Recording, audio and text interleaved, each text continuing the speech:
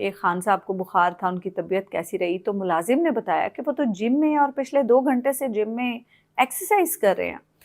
تو ہارون صاحب نے ان سے پوچھا جا کے خان صاحب سے کہ آپ کو تو بخار تھا اور آپ ورزش کر رہے ہیں. تو خان صاحب نے کہا کہ تبھی تو بخار بھاگے گا جب میں ورزش کروں گا. یعنی ایک شخص جس کے نروز، جس کی آپ یہ کہہ لیں کہ ہمت اتنی بلند ہے، اتنی اسٹرانگ ہے کہ وہ یہ سمجھتا ہے کہ بیماری تب بھاگے گی جب میں ایکسرسائز کروں گا، ورنہ عام طور سے بیماری میں لوگوں سے اٹھا بھی نہیں جاتا. تو ایسے شخص کی ہمت کو یقیناً کیسے توڑا جا سکتا ہے؟ یہ تو پاسبل نہیں ہے. بہرحال آج 3 سال تو خان صاحب نے جیل کاٹ لی، لیکن اب ایک چیز بڑی مشکل ہونے والی ہے پاکستانی سیاست میں، وہ یہ کہ عمران خان نے جو ایک سٹینڈرڈ سیٹ کر دیا ہے ایسی جیل کاٹنے کا، سیاسی مخالفین کے لیے بڑی مشکل ہونے والی ہے. کیونکہ پاکستانی سیاست جو ہے ہم سب کو معلوم ہے دائرے میں سفر کرتی ہے. ہم نے ہسٹری اگر آپ پیچھے سے دیکھتے چلے آئیں تو ہر آنے والا ٹینیور جو ہوتا ہے، پھر جو اپوزیشن ہوتی ہے وہ جیلوں میں ہوتی ہے، اور جو سیاسی لیڈر باہر ہوتے ہیں، جو اقتدار میں ہوتے ہیں، وہ انجوائے کر رہے ہوتے ہیں. تو میں یہ سوچ رہی تھی کہ عمران خان نے تو بڑا سخت سٹینڈرڈ سیٹ کر دیا اپنے سیاسی مخالفین کے لیے. کل کو جب ان کی باری آئے گی، وہ اس لیے میں کہہ رہی ہوں کیونکہ ایک فیس چلا آ رہا ہے نا، ایک پورا پریسیڈنٹ چلا آ رہا ہے کہ کبھی کوئی جیل میں ہوتا ہے، کبھی کوئی جیل میں ہوتا ہے، کبھی کوئی اقتدار میں ہوتا ہے، پھر کبھی کوئی جیل میں ہوتا ہے. تو اگر اسی پریسیڈنٹ کے مطابق آگے بھی پاکستانی سیاسی معاملات چل رہے ہیں تو مخالفین کے لیے تو بڑی مشکل ہونے والی ہے. ان کو تو پھر کیسے وہ اتنی سخت جیل کاٹ سکیں گے؟ کیونکہ اگر وہ ایسی جیل نہیں کاٹیں گے تو پھر کیا بنے گا ان کا؟ مطلب خیر، سیاست تو کافی لوگوں کی اب بھی ختم ہو چکی ہے، ضائع ہو چکی ہے بلکہ. بہرحال جی، آج جو عمران خان کی رہائی اور عمران خان کے علاج اور عمران خان کی قید تنہائی کے خاتمے کے معاملے پر پاکستان تحریک انصاف کا احتجاج تھا اور پشاور میں جلسہ. اس میں جلسے میں جو گفتگو ہوئی، جو لاہے عمل اور جو چیزیں رہنما دے رہے ہیں وہ اپنی جگہ پر، لیکن جو پلیکارڈز میں نے جلسے میں دیکھے جس میں جو ورکرز ہیں پی ٹی آئی کے، جو سپورٹرز ہیں پی ٹی آئی کے، جو عوام ہیں، جو عمران خان کے چاہنے والے ہیں، جو سب عمران خان کو سپورٹ کرتے ہیں، ان کی طرف سے کچھ مطالبات اس جلسے میں پلیکارڈز کی صورت میں نے دیکھے، جس میں سے ایک پر لکھا ہوا تھا کہ لاہے عمل دو یا ہمیں دینے دو.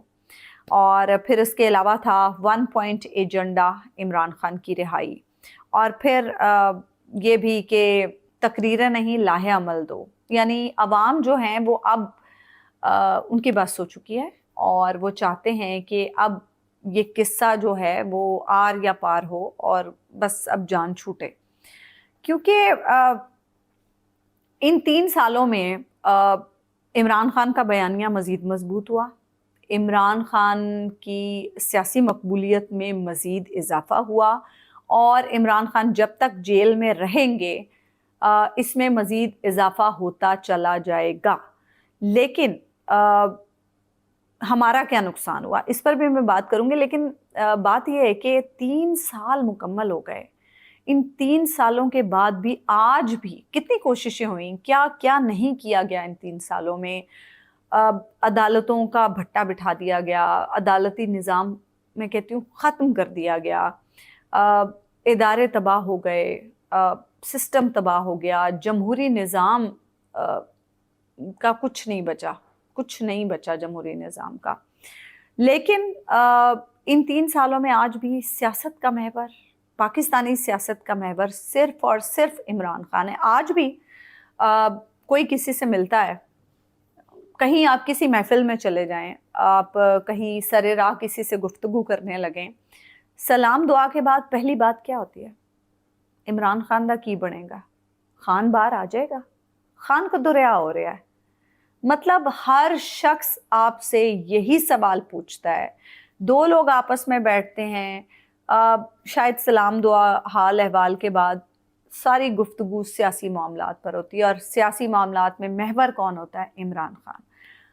عمران خان کو آپ سیاست سے نہیں نکال سکے ان 3 سالوں میں، کتنی کوششیں، کتنی حیل و حجت آپ نے کر کے دیکھ لی، لیکن نہیں نکال سکے۔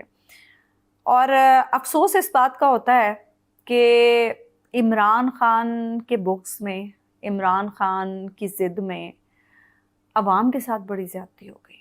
عوام کے ساتھ آپ نے وہ کچھ کر دیا کہ وہ بھولیں گے نہیں اب۔ عمران خان کو قید رکھنے کی ضد میں آپ نے اس ملک کے عوام کا مستقبل داؤ پر لگا دیا۔ آپ نے اس ملک کی عدالتی نظام کو، اس ملک کے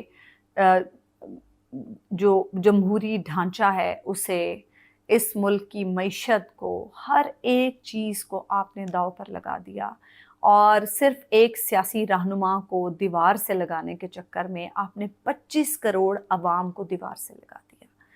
مجھے نہیں پتا کہ کب یہ ضد ختم ہوگی، مجھے نہیں پتا کہ کب آپ اس چیز سے نکلیں گے کہ ہم عمران خان کو قابو کر سکتے ہیں۔